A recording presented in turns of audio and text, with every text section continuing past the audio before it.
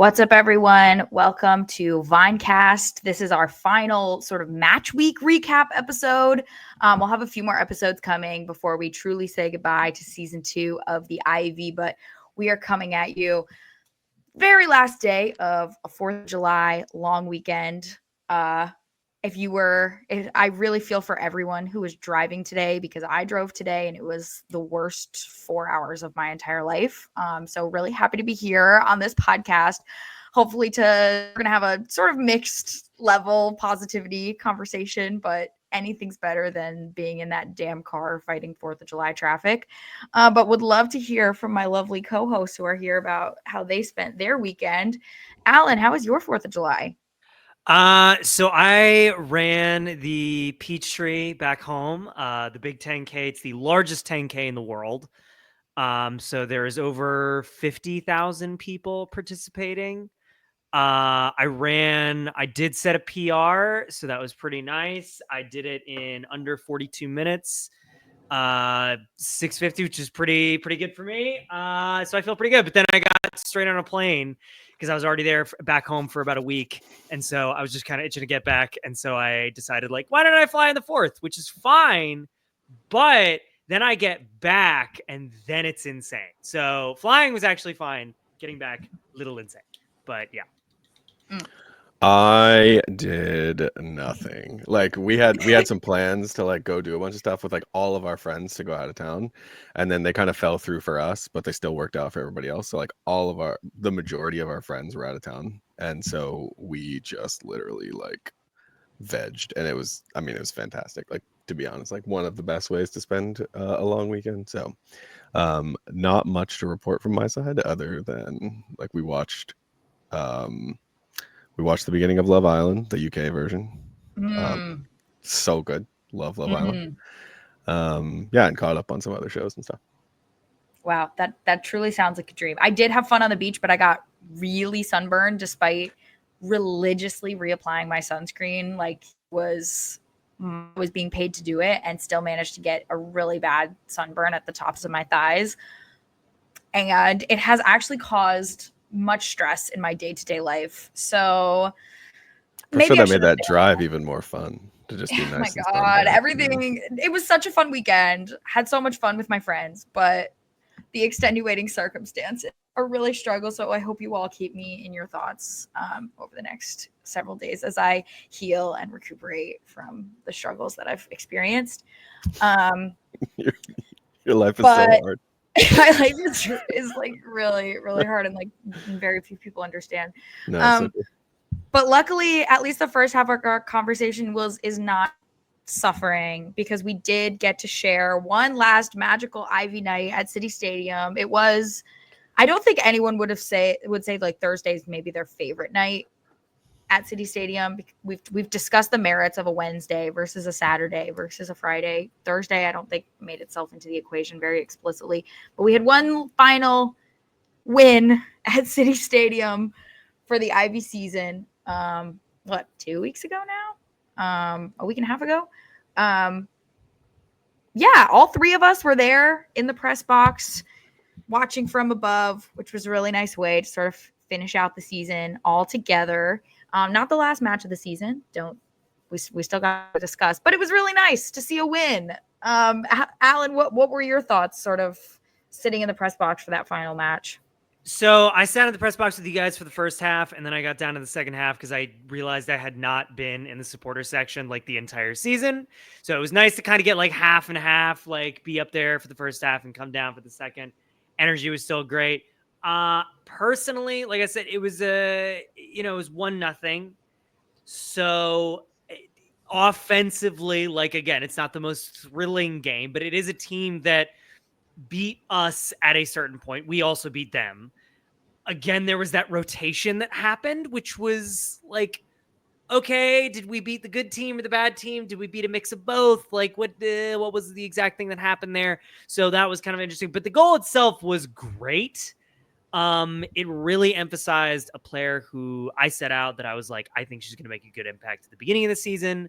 When I talked to Owusu about it, he also mentioned that she was someone that he really felt made one of the biggest sort of improvements over her career.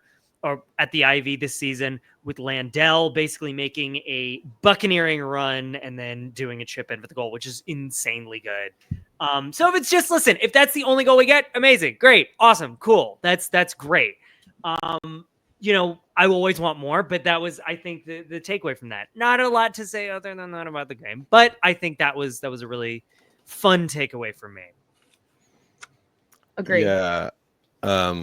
A couple thoughts for me. One, for anybody who was at the game, the like speakers in and out, delay of game, like that whole situation was really interesting, especially for us, like sitting up there in the box and like seeing it all happen. I'm curious what it felt like as just like sitting out there like in section O or as a member of the crowd. I wonder how much people knew what was going on, because like the weird thing was it was the speakers that were out. So we were all like kind of joking up there. There's no way to make an announcement to tell people that the speakers are out because the speakers are out. So I wondered how much people were just sort of like in the dark about like why the game hasn't started yet and where did the music go and what's going on. So that was it was long.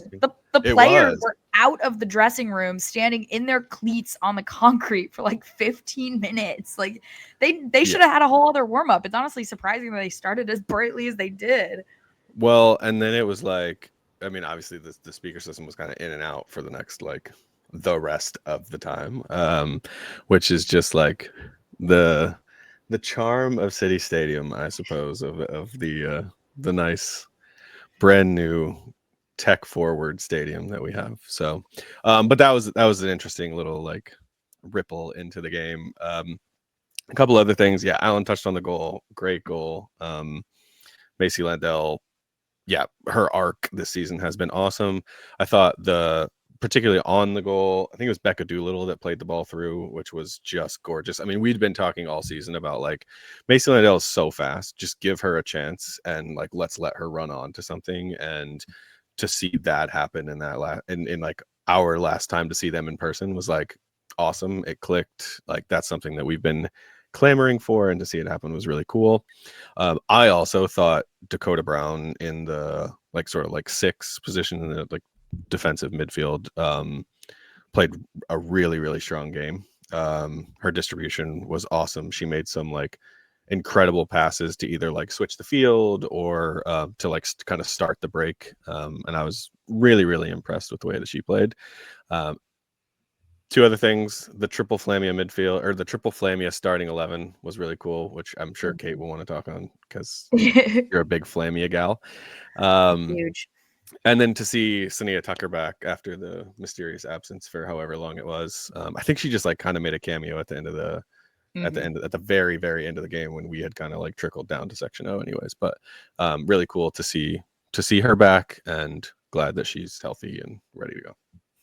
Yeah, I think Becca Doolittle is a player who we couldn't tell much about because she was started out at Syracuse, I think. That was her first school, and then she transferred to Lipscomb, and she had a great season at Lipscomb. But obviously when you think about like conference strength and things like that, so we weren't really sure what her profile was going to be as a player. It's also impossible to tell what positions these players are.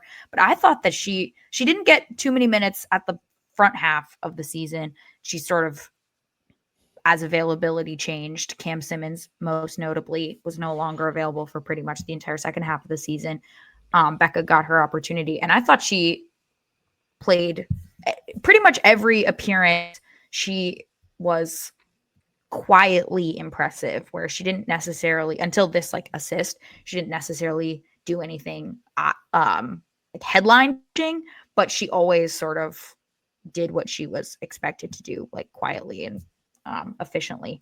So she was a player who I was pleasantly surprised to see fill the sort of void left behind by Simmons. I thought pretty capably, because that's obviously some big shoes to fill. Cam is a tall and experienced player, but I was impressed with her steadiness, I think is a good word for it, over the second half of the season. Yeah, just one thing on that. I just feel like also like the uniqueness of Cam as a center back is one thing that's either like hard to replace exactly, but I think we did a good job of not trying to directly replace that. Like Becca Doolittle wasn't like in the corner trying to deliver crosses very frequently, you know, or like trying to make a ton of runs. She was just like playing center back in a way that I think suited her more than trying to fill the exact Cam Simmons shoes would have. And yeah, so I think she was really, really solid at doing her job. And I think the whole team sort of changed a little bit when we went away from the like Cam Ava center back pairing where they really want to be in the attack to more of like a Mason Nelson, Becca Doolittle center back pairing where they're a little bit more content to be defenders and sort of like, you know, which is sometimes an underrated quality for defenders. Absolutely, defending. Yeah, the Trent Alexander-Arnold model has become in vogue, where defending is almost optional when you have a very high offensive output. But so sometimes it feels a little more unusual to find a defender who actually prefers and enjoys and wants to defend more than get up the field. So as someone who played in the defense for my whole playing career, far less illustrious than any of these players, it's always nice to see players who like to defend, good at it, prioritize. Who says your playing career is over? Next season could still be out there. Oh my god, I'm gonna start a campaign for this. If Coach Carter can start any, you know, sometimes they are casting a wide net for folks getting on the field, which shows hope for us all. Think of a Vinecast content series that is you training to try out for the Ivy, and how fun that would be. Just throwing it out there. And if people, if all the fans out there want to start to make their voices heard, I think we hire another co-commentator who also when you put out the looking sign next year, like on the Facebook, the way that Alan and I joined, just make sure it's like, also, if you can play and be a part of this content series for us, that would be, you'd have a huge leg up in getting at it. On the ground journalism, aka being a member of the team. I like that. I think it would be an unusual angle. So one other thing, something else to mention, we finally get all 3 Flammies, which was interesting because I think in this one, Sarah was in the midfield, Jill was sort of playing as the 9, and Molly was on the wing. So it was a very attacking-minded Flamia trio. And Jill, I thought, looked very, very good for like this whole first half. You're kind of like, oh yeah, she has a regular national team call-up. And unfortunate that injuries seem to have hampered her continued trajectory. But what a player. Like, I think we say this every time on the podcast after we've seen her get like any decent number of minutes. What a player. I mean, both like Sarah and Jill, I think the connection especially, like I kept writing down in my notes, like the Flamia connection is real. Like it's just when they are connecting on the field, which again, there's a little bit of chemistry that's built in there. I'll agree with that, right? I mean, but at the same time, like the way they're connecting passes, the way that they're making moves, the way that they're getting up front and like building that up is really fluid and really nice when you get to see it. So like when they were starting to connect, it was like, oh, we got it. But then they would take her off again, and then it would reset. But for the brief, beautiful moment that we got to see Jill and Sarah and Molly all together, so nice. Yeah, and even seeing them play like potentially a little bit out of position, I think we got to a point in the season where we were just like, get as many Flamias as you can out there wherever they have to go. Like we just want to see them because they are like supremely talented. And yeah, Jill, like seeing Jill kind of work her way back in, I think like it was some of the first footy that she's really gotten to play post injury, and being on a pretty strict minutes restriction at the beginning of the year to now being able to like stretch that and play some pretty significant minutes. It was just like the more that we got to see of her, and also the more that she like got back into form and like got real game minutes under her belt. I think it was it'll be exciting to see her go back into the fall and see what happens in school. Yeah.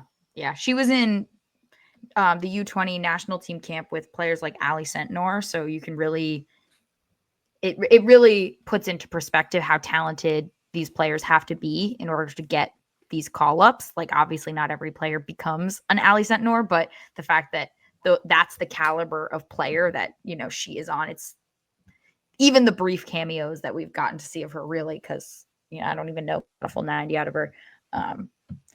She's so technical. Like, it shows just how, like, the technical level of players that are called up to those levels. So Olivia Woodson is another great example, but how head and shoulders they are above like all these other players. Like, they're all on a team and they're all playing well, but when you see the tight control over both the ball and their own body that players like the Flamias, Woodson have, their intelligence, their ability to see a pass that almost no one else on the field is able to see, long or short, to see a run that almost no one else on the field is able to see.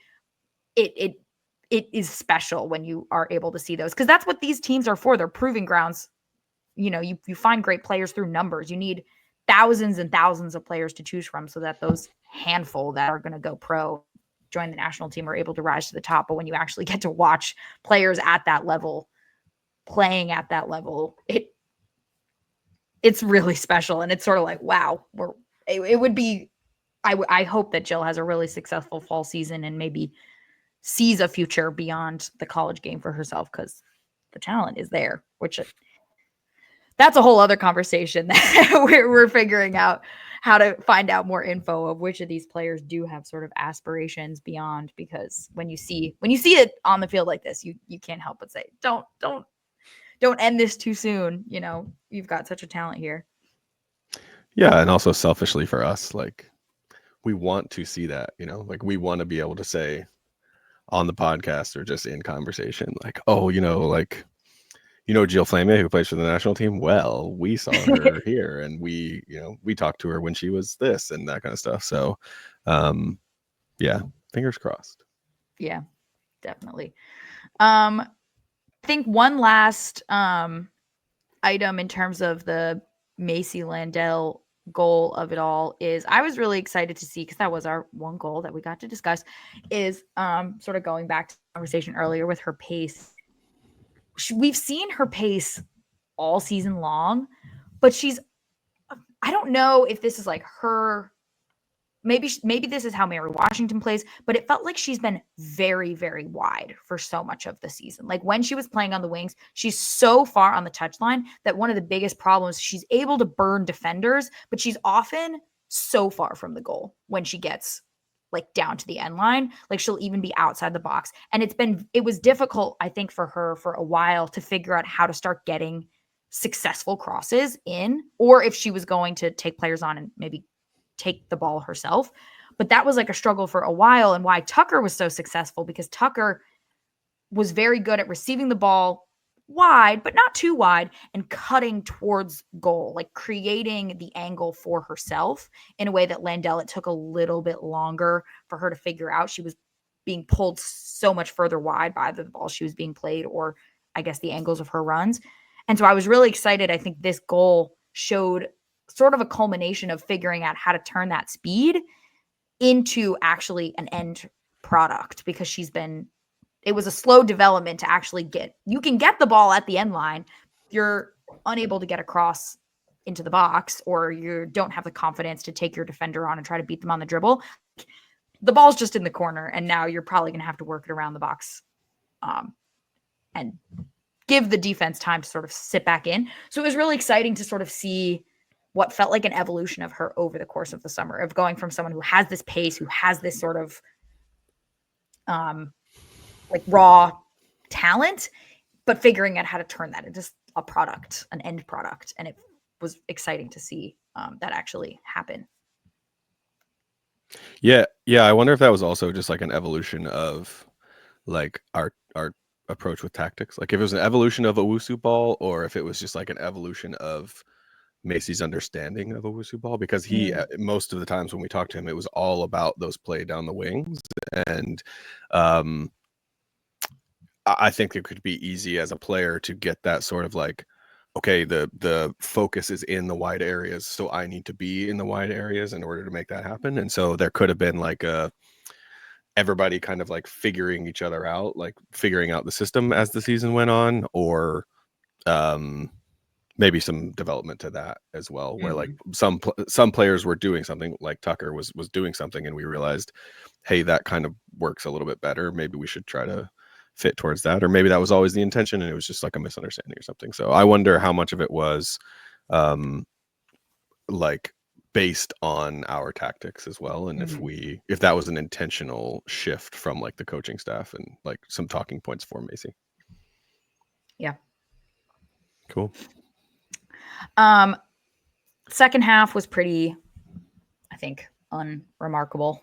We were honestly getting bored for long stretches of it. I mean, I don't think Virginia Beach threatened very much, which I guess is a testament. They finished above us in the table, so like they were not like a toothless team. So yeah, their rotation might have had an impact on that. But it being a boring match, you know, there are worse teams to play to see out a result from.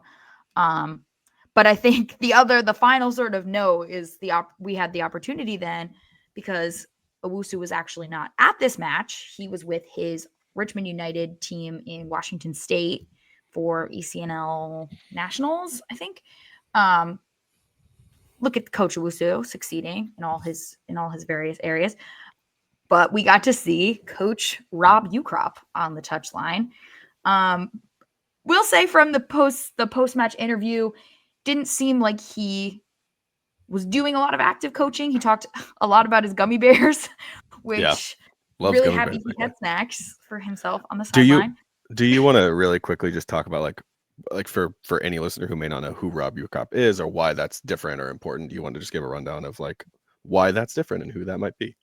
Absolutely. So, obviously Owusu is our head coach, but in order to be a head coach in these sort of levels, you do need a certain standard of FIFA coaching license, which apparently the rest of the Ivy's current coaching staff does not have. So that would be goalkeeper coach Evan Munn, Carter Yeasley, assistant coach, or Matt McCracken, the sporting director, the other faces that you often see on the sideline.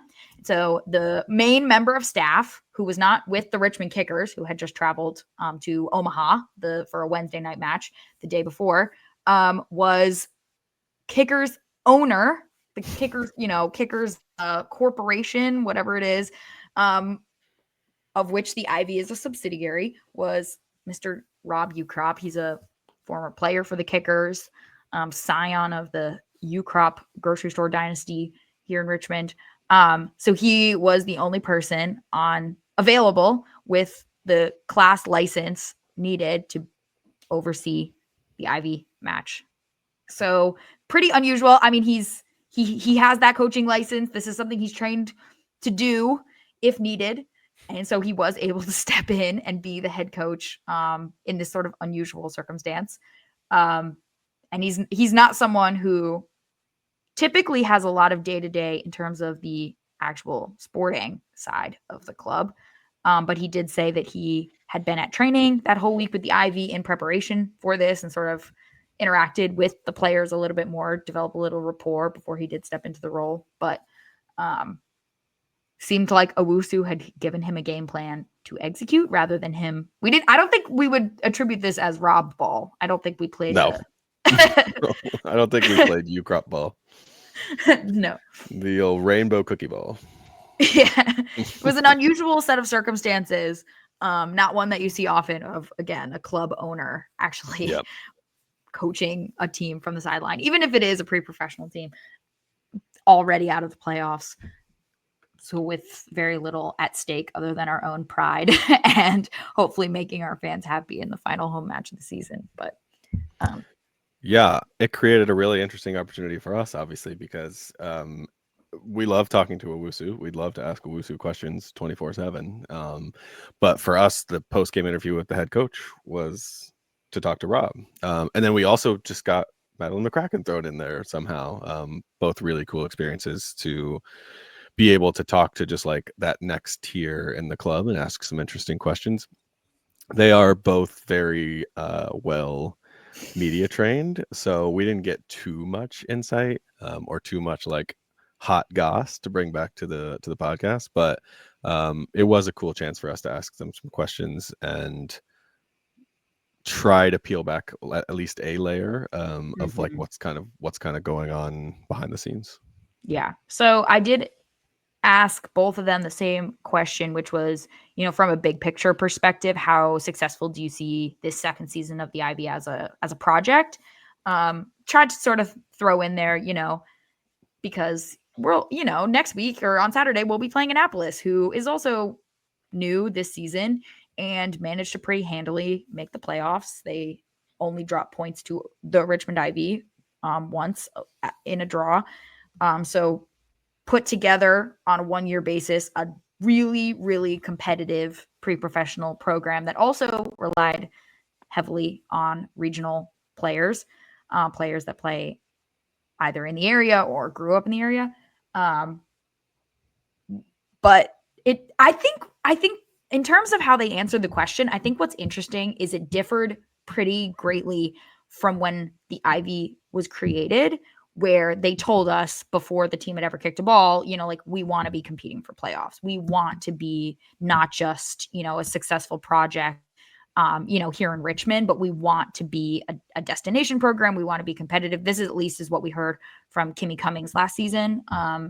And from Mads McCracken as well. Obviously, go back and recheck our notes, but we did hear before the season 1, like, we do want to be a competitive program. We do want to be competing for playoffs. So I thought it was pretty notable that when we asked, how do you see the success of this project? Neither of them mentioned playoffs. Neither of them mentioned results as like a metric that they seem to be using for gauging success anymore. I don't know if that's because they now feel that those are incompatible to both develop local talent and compete. Like, one of those things has to take priority, and they're not willing to sacrifice the local talent development aspect to compete.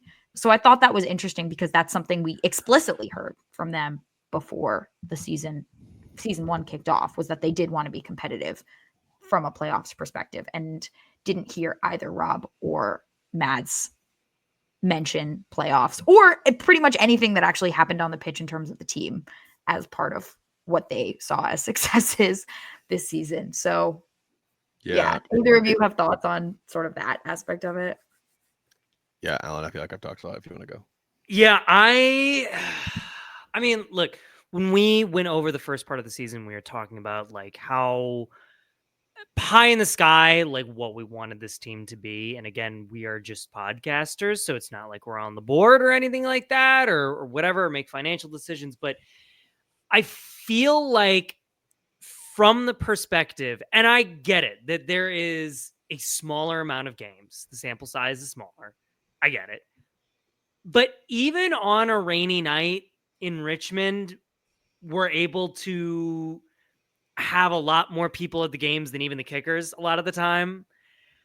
I just feel like you kind of owe it to the city itself and to a lot of the people that pay money.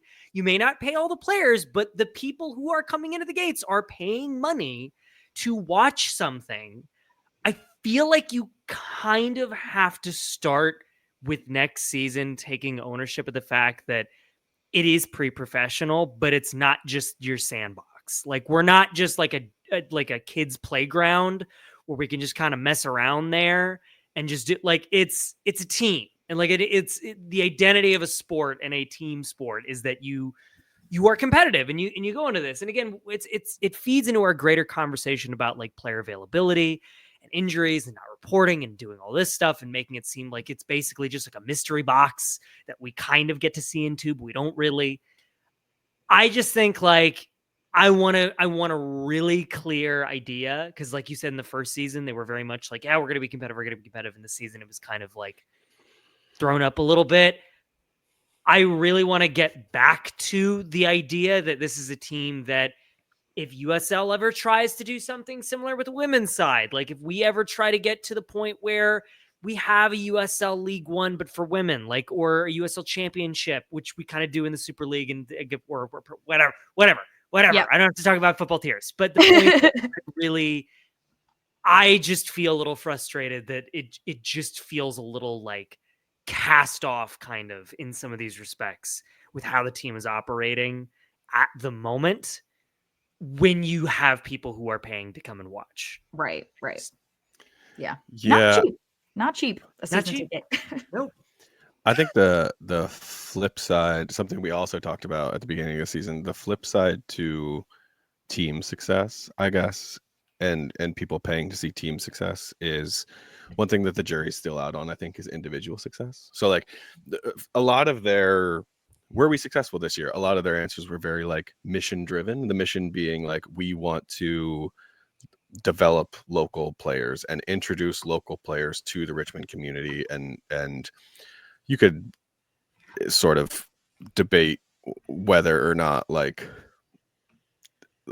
we should all be like doing them a favor by coming to watch them, and like should that be, if that's the goal, should it just be free to go watch Ivy games because like more people will come and you'll introduce them to more people and all that kind of stuff, and that doesn't work financially. So obviously I'm not suggesting that, but the thing that I will sort of give them credit for or give them an out on is like, if for all of these people that have come, if the team success doesn't come quite yet, but we can instead see all of these like local Richmond products at the next level or at a high level beyond their Richmond Ivy days. People like Kana going and playing pro. Like if we can get a few more players into the pros where you can then sort of retroactively attribute value to your time of going and watching the Ivy and saying, well, I went to watch, whoever, Cam Simmons when she was with the Ivy, and now she plays for the, I don't know, insert professional team here, and how cool that feels to you. Like if they can add value for us that way, even if we don't make the playoffs, then I still think you can make an argument that it's successful and it's worth the money and all that kind of stuff. But yeah, obviously we'd love to see them make the playoffs every year. We'd love to see some team success, but hopefully we can at least find a consolation of individual success now or in the future.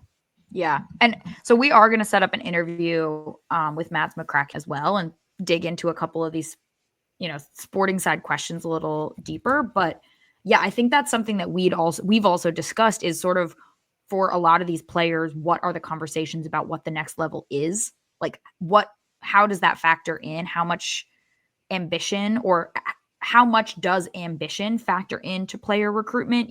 Are players stating ambitions beyond the college game, or is this truly seen as essentially like summer friendlies to stay fit before their college season, but the college season is the end all be all of their soccer career?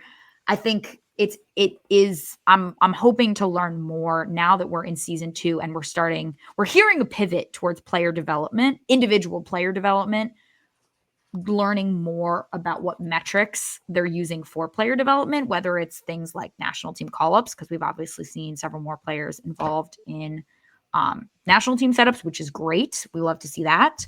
That's a sign of success, but how much is that attributed, to the Ivy, or, is that more of the work they're doing the rest of the year, whether that's player development like we've seen with Macy Landell over the course of the season, like we can actually see them grow as a player over the course of the season, or whether or not it's a plan they have written, for the college that, we might see if we follow their college team, but we're not actually going to see the fruits of, in the Richmond Ivy context. So it is interesting to understand also it'll be interesting to learn more about how they're gauging player development, because I think there's so many directions you can go. And what goals the players themselves have for their development, whether that's more minutes at the college level, or I'd like to take the next step in my career after college, and I see the Ivy as a route to doing that. Yeah, I also think the whole like one other thing that Mads talked about in the post-game interview, we asked her differences between year 1 and year 2, and one thing that she was talking about was like, and I don't really know if she was talking about from like a vendor / sponsor side or from a player side, but she was like, we had more people reaching out to us this year about the Ivy, whereas last year it was a lot of us reaching out to people about the Ivy. And I wonder, like, if you read too far into that, then it becomes like, is that player recruitment? And if so, is becoming an Ivy player getting more competitive? Like, are we turning away more people who want to be a member of the Richmond Ivy than we are like just trying to fill spots? You know what I mean? And the more desirable we become as a destination, whether that's for local players, it seems like the focus will always be local first and then sort of everybody else after. But that's another thing that I think will become really interesting for Ivy in future seasons is like we become a more competitive program when we become a more desirable landing spot for these players. And however we do that, obviously we've got the crowd numbers there already in City Stadium. I think has got to be one of the more attractive places to play home games for USLW League players. But just as the program's around longer and sort of builds this reputation, I wonder if the phone starts ringing more about these players who are, top of their class, getting national team call-ups, like that kind of stuff, and how that drives the program forward as well. Yeah, true. Cool. All right. So unfortunately, the season didn't end on Thursday, June 26th, 8th, whatever it was. We did have to play one more match. This was away at playoff. Now, first round playoffs winners, Annapolis. They're now into the second round of the playoffs. They'll be playing. I guess by the time this podcast is out, we'll know whether or not they've made the third round. But away at Annapolis, 2 days after the final match, availability was short. The starting 11 featured aforementioned assistant coach Carter Easley, which was breaking new ground for the Ivy. we saw a new coach on the sideline. We saw the club owner on the sideline, and then we saw an assistant coach on the field playing. So that's pretty cool. We're seeing a lot of new things. It was a very hot day. They reversed the order of the doubleheader. Annapolis did another doubleheader, as it turns out, with their men's and women's teams, and had the women play at 5. And shocker, fewer people came to that one than the original kickoff doubleheader. So don't know if this is a tracking theme. I would love to. I'll have to check out the attendance numbers of the men's team after it's 7. But you could hardly see the crowd because it was so hot. Everyone was sitting at the very, very top of the stadium trying to get some shade. I guess that's the downside to playing in a 12,000 capacity stadium or whatever the heck it is. It's very empty if the crowd is just sitting a little off screen. And also it looks a bit like a cavern when it's not actually full. A little less of a exciting atmosphere, I think. I was able to I rewatched most of this. The score was not flattering, 2-0 in the first half.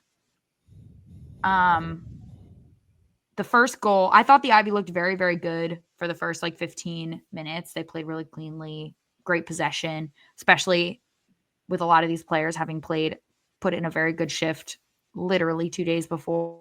But unfortunately, the first goal came in the 16th minute because Lauren Hargrove, stalwart in goal, just played the ball out of the back directly to the feet of the Annapolis forward, who took 2 touches and just absolutely slammed it top corner. So completely self-inflicted first goal, unfortunately. It happens though. We have talked at length. I saw a reel of Kaylin Sheridan the other day of all of her distribution from goal and how everybody was just fawning over how good her distribution is. And I looked at every single one of those passes and was like, Lauren Hargrove could do that. Lauren Hargrove could do that. She has so much talent when it comes to distributing the ball.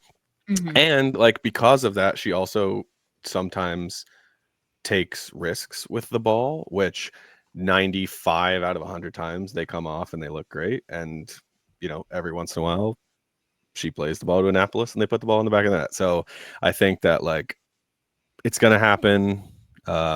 We see keepers at the top level make the same mistakes, so I'm not super worried about it, but yeah, it's unfortunate because they did I think the score line was more flattering to Annapolis than you'd think based on their pedigree as a team. I don't know if they were also maybe had some rotation issues going on. The turf was also they play on turf at Navy Stadium or whatever it is. The surface was really bouncy, really quick. The ball was honestly just flying. It was 90 degrees on turf. I think they were saying it's an average of 15 to 20 degrees hotter on turf than it is in the air, especially when it's been baking all day in the sun. So conditions wise, I think the 2-0 scoreline flatters Annapolis for how the match actually turned out. Not to say that the Ivy really looked much like scoring, but again, one goal was completely self-inflicted. And then the second goal was fine. It was in the 45th minute, shot from distance.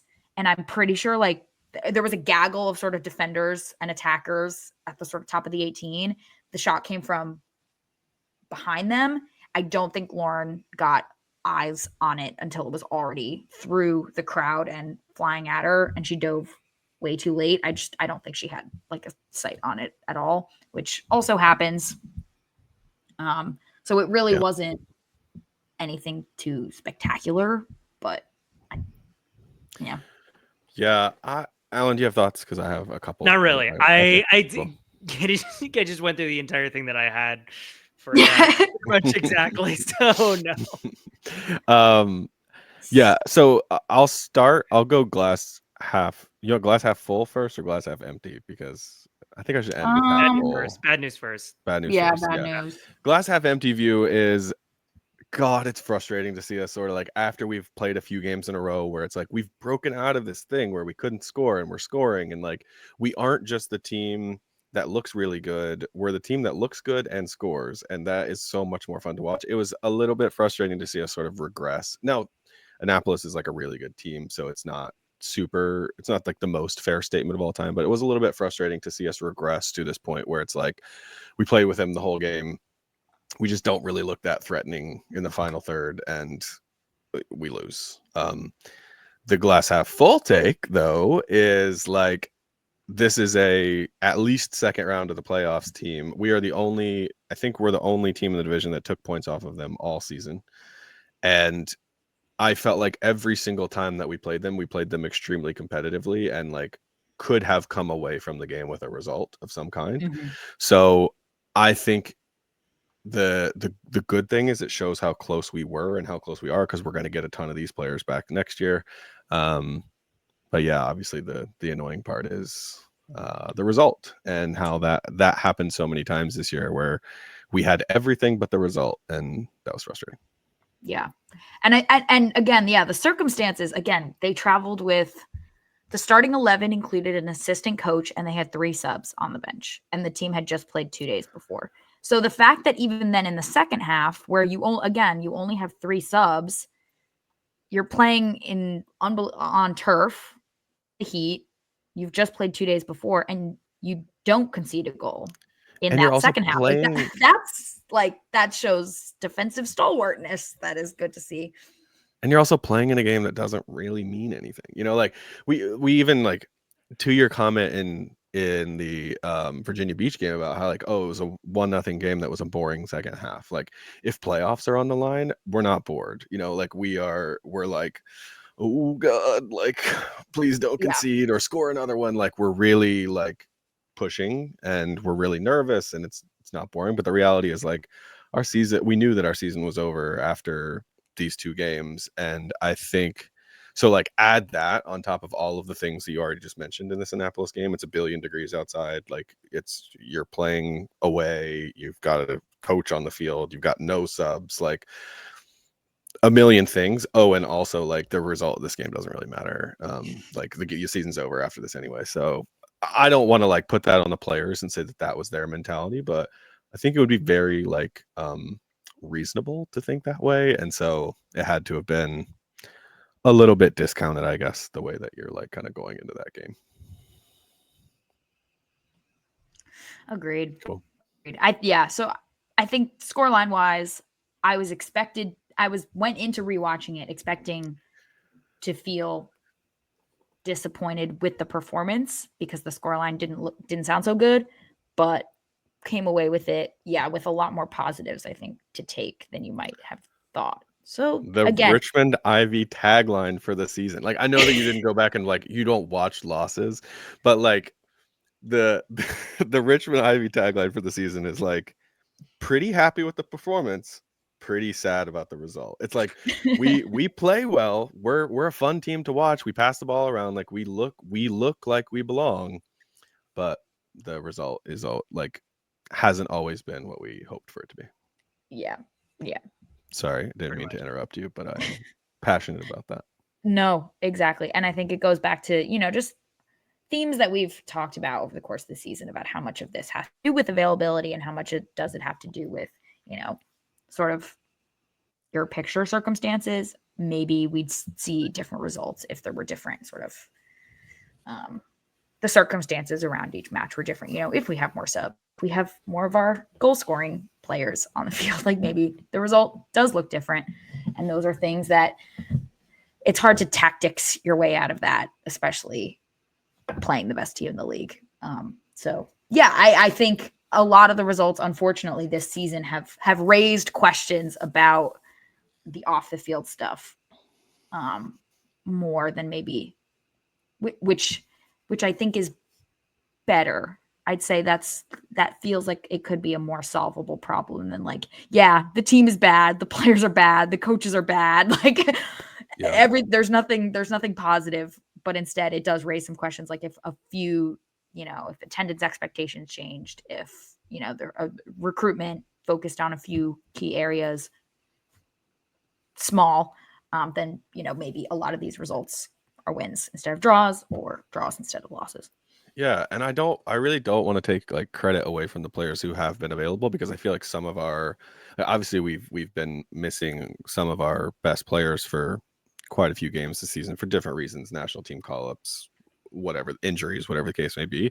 But some of our like best performances on the season have been when we've been down some of those players, and like people have really, really stepped up. We already talked about Macy, and Becca Doolittle, and like these players who we didn't necessarily go into the season thinking like, hey, they're on the short list to get national team call-ups, or they are like from the top programs in the country and things like that. But they have played really, really well in the opportunities that they've been given, and they've also like really taken the opportunity by the reins and shown crazy improvement from game 1 to game however many, 8, 10, whatever it was, 12. I don't know. I'm a horrible podcaster for not knowing exactly how many games we played. But yeah, I really don't want to take credit away from the players who were always available and say that like, it's like discount their performance in any way, because we saw some of our best performances on some of our like weirdest availability nights in terms of like people being injured and not around to play, and we've had to like shove people into different positions that they're not used to playing. They all like really stepped up and played really well, I think. He drank the press conference Kool-Aid. Hey, I've got my Ivy hat on. I'm trying to be like positive.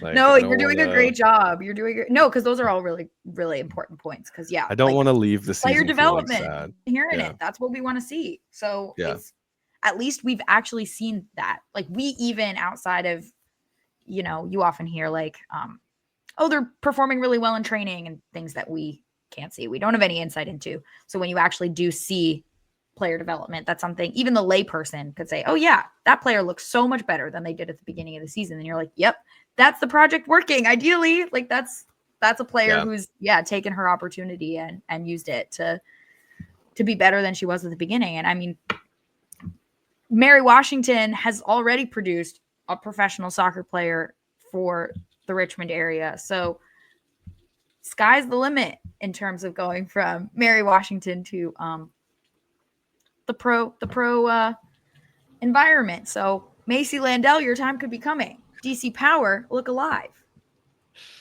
If they're still active. Whoa. We're positive, Alan. We're positive. We're very positive. It's just funny whenever anybody ever brings up that team, because I just always thought it was absolutely nuts that somebody would when the Super League did the whole thing. It's like, we're going to be in the same league as the NWSL. I was like, okay, cool. But then do a team that is in the same city as one of the most popular teams in the NWSL, I thought was like bug nuts. Like, I do not get that move at all. So no. I just think that when anybody brings up that team. Yeah, that's funny. Yep. Sorry, I was just gonna go back to the like me drinking the Kool-Aid.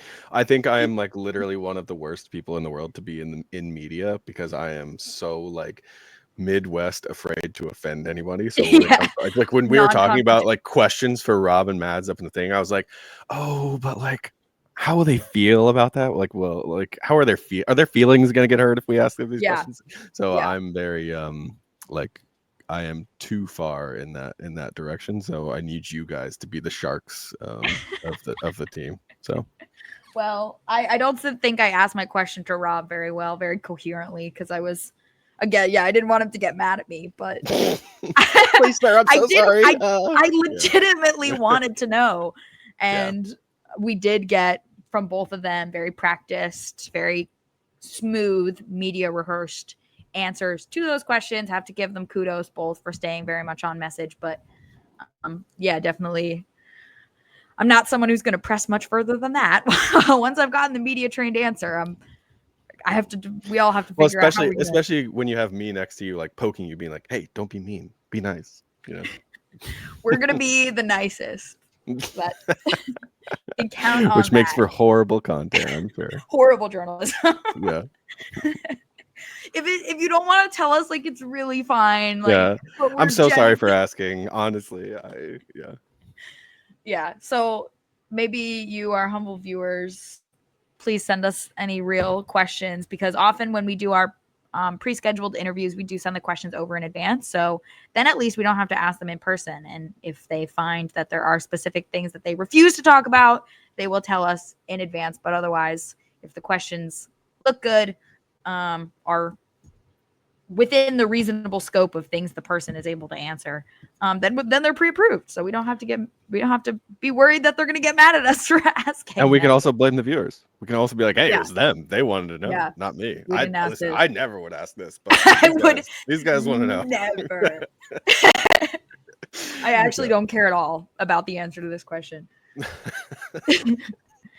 All right. We managed to talk for 51 minutes about one goal scored across 2 90-minute matches. But fear not, we will have one last episode coming where we do sort of get into a little more detail about different trends that we saw over the course of the season, stats, things like that, identify positives, negatives, and sort of our thoughts on the project altogether. You'll get a different answer from us than you heard from Rob and Madeline, but it'll be interesting to put all three of those in conversation with one another in our sort of end of season wrap up episode. But any final thoughts on these two matches, the final two of the competitive season?